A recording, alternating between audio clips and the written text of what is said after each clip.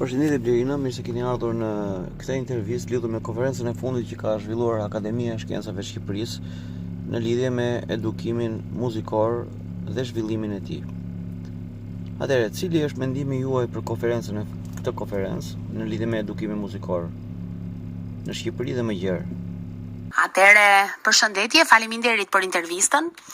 Pyetjet që shtroni janë substanciale dhe unë mendoj që duhet ju përgjigjem në respekt të punës që është bërë jo vetëm nga Akademia e Shkencave si aktori kryesor dhe faktori kryesor në organizimin e konferencës mbarkombëtare të muzikës shqiptare, por edhe në cilësinë e studiueses pranë kësaj akademie dhe të një muzikante të angazhuar dhe tepër të interesuar për vërtetës për opinionin muzikor dhe për ta bërë këtë opinion një çështje dite, ashtu sikurse u kumtua dhe në konferencë. Mendimi im për edukimin muzikor në Shqipëri dhe se si u trajtua ai në konferencë është i tillë që edukimi muzikor në Shqipëri, për vërtetës,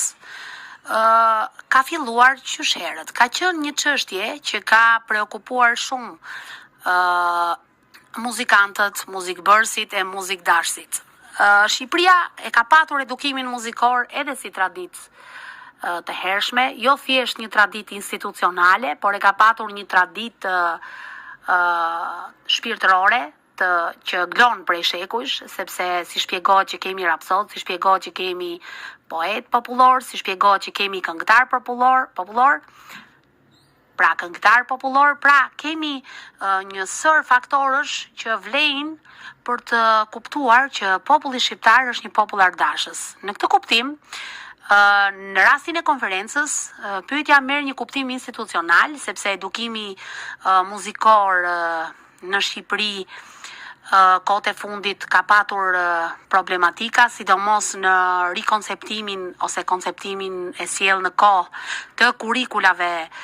shkollore, akademike, universitare, të shkollës mesme, të shkollës 8-vjeçare, 9-vjeçare të muzikës, të shkollës fillore, të ciklit parashkollor e kështu me radhë. Pra këto etapa të arsimit, pra kultura muzikore të kthehet në një çështje arsimore gati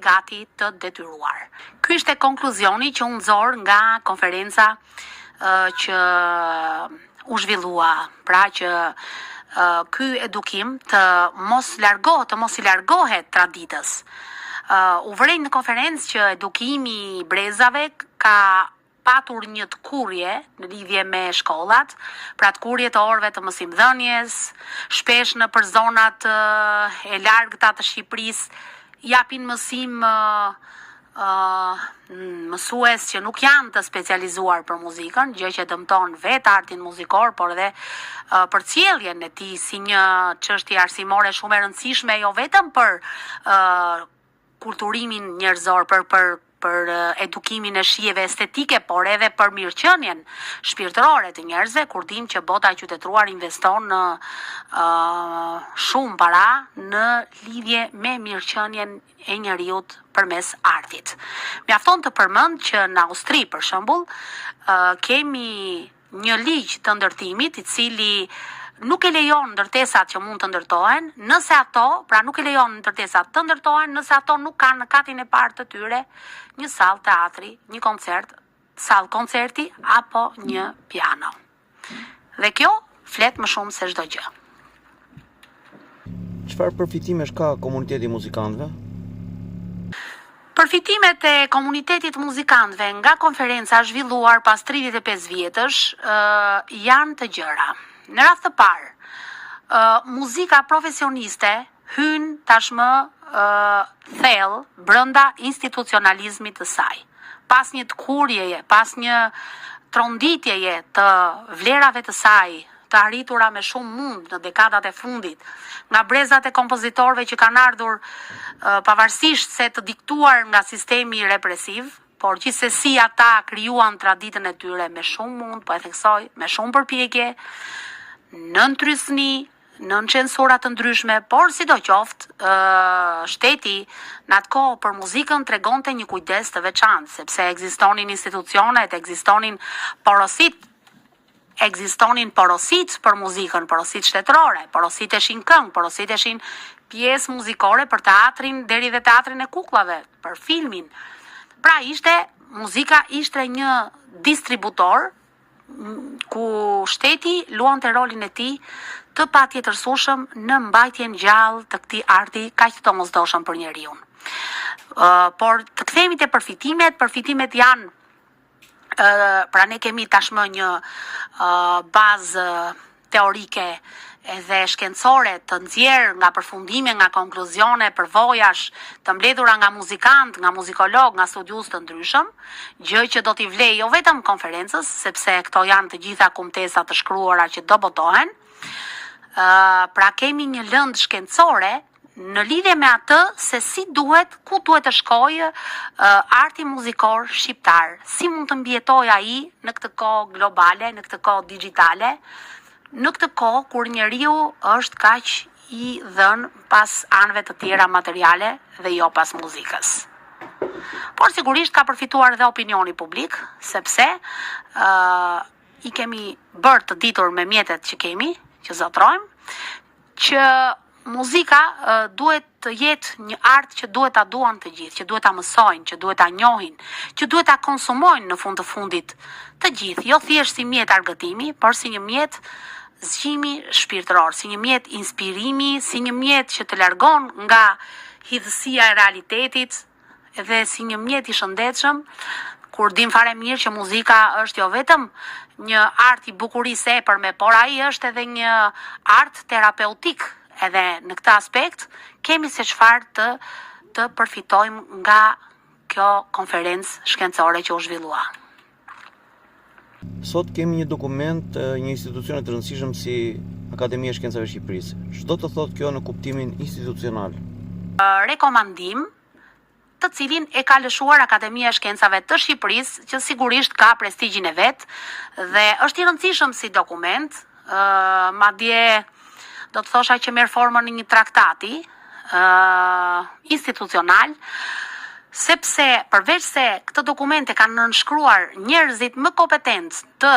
artit muzikor në Shqipëri dhe jo vetëm të këtij arti, por kompetent edhe në fusha të tjera, sepse aty kishte pedagog, profesor, kishte dekan, kishte njerëz që janë marrë gjatë me artin muzikor, janë marrë gjatë me artin muzikor, jo thjesht si profesion, por janë marrë edhe si mision me artin, duke e përcjellë në përbreza. Pra ky dokument është shumë i rëndësishëm sepse ofron një sër rekomandimesh për institucionet e tjera vendimmarrëse. Pra, ky dokument në tërësinë e tij ka një bazë shkencore, një bazë didaktike, një bazë pse jo dhe profilaktike që institucionet të marrin masa dhe të përdorin gjithë fuqinë që i jep ligji, po pse jo edhe misioni dhe kombëtar, sepse ne kemi në kushtetut që të aspirojmë për çështjen kombëtare, po pse jo dhe muzika të mos bëhet një çështje kombëtare, që të ndihmojmë në futjen e muzikës në një prioritet, pra shndrimin e muzikës në një prioritet kulturor. Do të thotë që shteti duhet të marrë në dorë aspektet kryesore që e rëndojnë sot artin muzikor në Shqipëri, duhet të marrë në dorë statusin e artistit, sidomos statusin e kompozitorit, duhet patjetër që shteti shqiptar të krijojë kanalet e nevojshme, qoftë komunikimit, qoftë institucionale, qoftë financiare,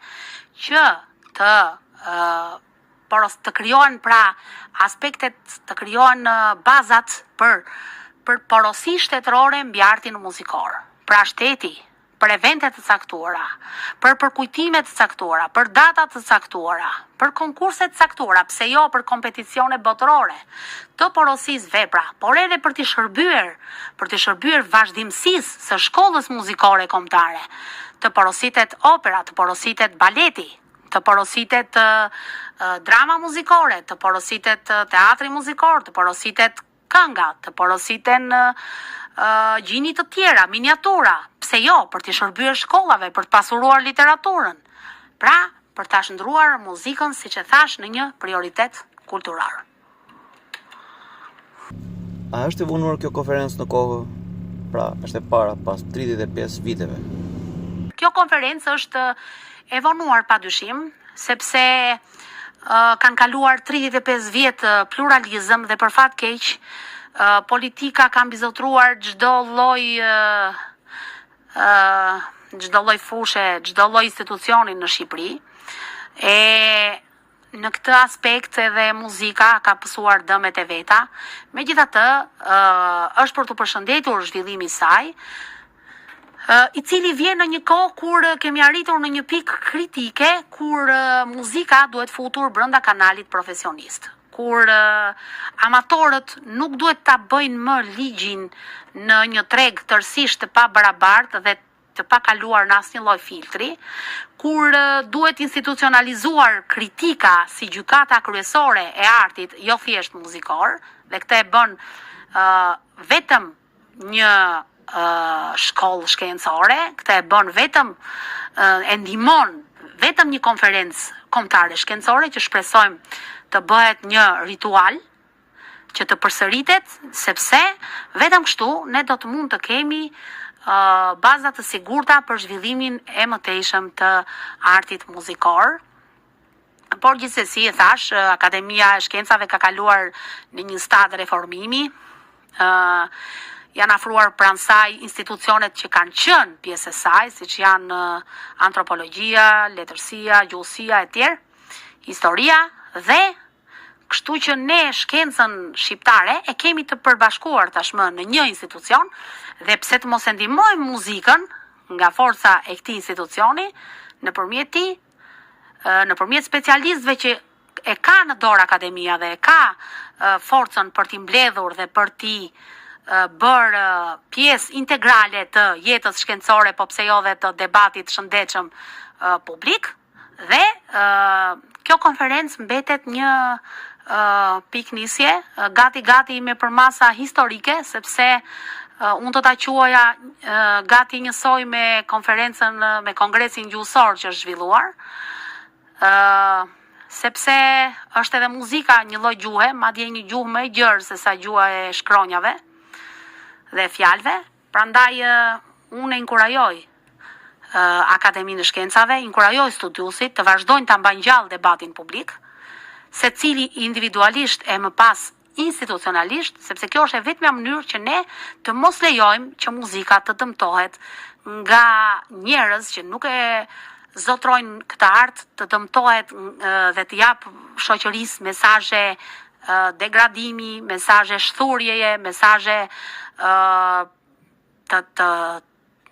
të pa pranueshme për një art kaq të shenjtë sa muzika.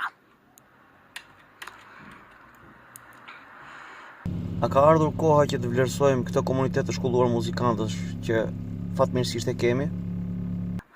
Mendoj që ka ardhur koha për të vlerësuar komunitetin e shkolluar të muzikantëve, për ta rivlerësuar atë, sepse të mbarosh një shkollë arti, e ca më tepër një shkollë muzike, është një sakrificë e madhe, sidomos ta mbarosh në kushte idealiste, në kushte parimore, është një luftë e madhe, është një luftë mbi të gjitha me hierarkinë, sepse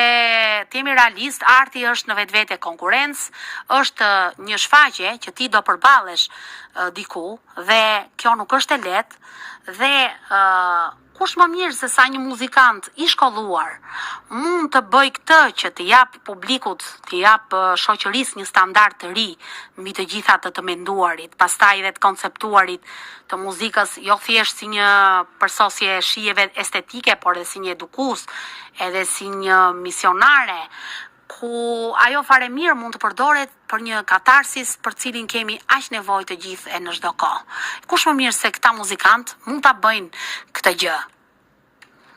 Sa mendoni se do të zgjas në kohë realizimi i sugjerimeve të konferencës? Sigurisht që realizimi i kushteve që kërkon konferenca ose që ka propozuar konferenca, flasim këtu për rekomandimet, nuk mund të matet me kohë, por mendoj se është fillimi i një politike e cila duhet të ndiqet për të realizuar ato ide që tham më sipër për muzikën shqiptare. Muzika shqiptare ka nevojë ende të ri-institucionalizohet, ka nevojë ende për ne duhet të kemi patjetër bibliotekën kombëtare të muzikës, ne duhet të kemi ndoshta një muze që t'i kushtohet muzikës si një art mjaft i dashur dhe mjaft i ushtruar nga populli shqiptar. Ne duhet të kemi një shtëpi botuese shtetërore e cila të ndihmoj ata që s'kan mundësi për të botuar, për të edituar partiturat muzikore, gjë që mungon aktualisht, dhe njerëzit kompozitorët i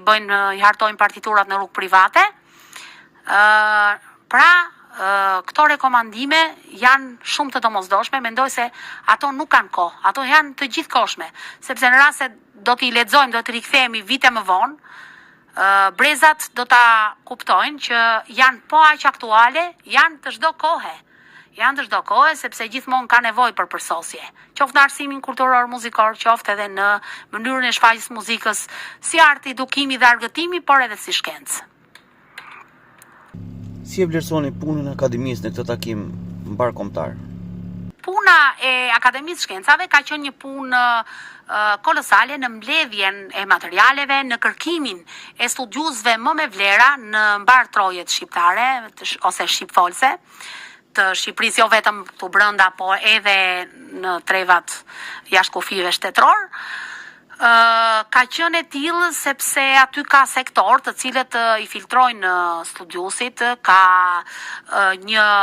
vetë prestigji i Akademisë Shkencave bën që të afrohen aty mendimet më të mira, idetë më të mira,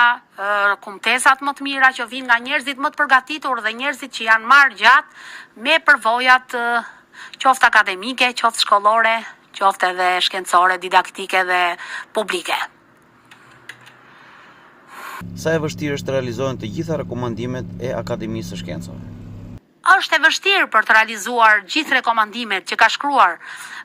ka propozuar Akademia e Shkencave në bashkëpunim me studiuesit e konferencës, por nuk është e pamundur në rast se do të kemi një bashkëpunim, sidomos të ndërtojnë ura komunikimi institucionale midis qeverisë, akademisë, aktorëve të tjerë, siç janë universitetet, shkollat e muzikës të mesme, 8 vjeçare e tjera. Shkencëtar të muzikës, studius, opinionist, gazetar të kulturës, pra të përfshihet gjithë rebusi, rjeti i art bërësve dhe i art përcjellësve në Shqipëri, pse jo dhe artistët, muzikantët, interpretët. Në rast se krijohen këto ura komunikimi, mendoj se është tërësisht e realizueshme që ne të përmbushim rekomandimet e konferencës shkencore. Duhet jemi realist që ende kultura konsiderohet një luks në Shqipëri, por megjithatë besoj se gjenden mjetet e duhura në radhë të parë shpirtërore, dëshira për të bërë diçka në këtë fushë, e pastaj edhe institucionale dhe financiare. Mendoj që edhe vetë shteti duhet të krijojë një organizëm i cili të ndihmojë muzikën shqiptare jo thjesht me burimet e veta financiare, por të qaset edhe tek burimet ndërkombëtare, sepse ka mjaft kompeticione, ka mjaft fondacione kulturore edhe nga bota, nga Europa, nga Amerika, të cilët kanë mjetet e duhura financiare për të ndihmuar në krijimin e veprave, në pjesëmarrjen e tyre në për kompeticione, pse jo dhe në libra shkencor që ndihmojnë në zhvillimin e muzikës. Këto mendoj se janë tërësisht realizueshme, thash, vetëm janë gjëra që vijnë vetëm përmes komunikimit dhe të kthimit të muzikës në një opinion të ditës, sepse e theksoj, muzika është një domosdoshmëri, jo vetëm si profesion, por është një domosdoshmëri si mision edukues, argëtues, si mision pastrues, është një art që ruan higjienën shpirtërore të njerëzit dhe mendoj që kemi shumë nevojë për mirësitë që na ka dhënë muzika e brez pas brezi, kemi nevojë ta përcjellim këtë art. Ju falenderoj për intervistën dhe ju uroj suksese.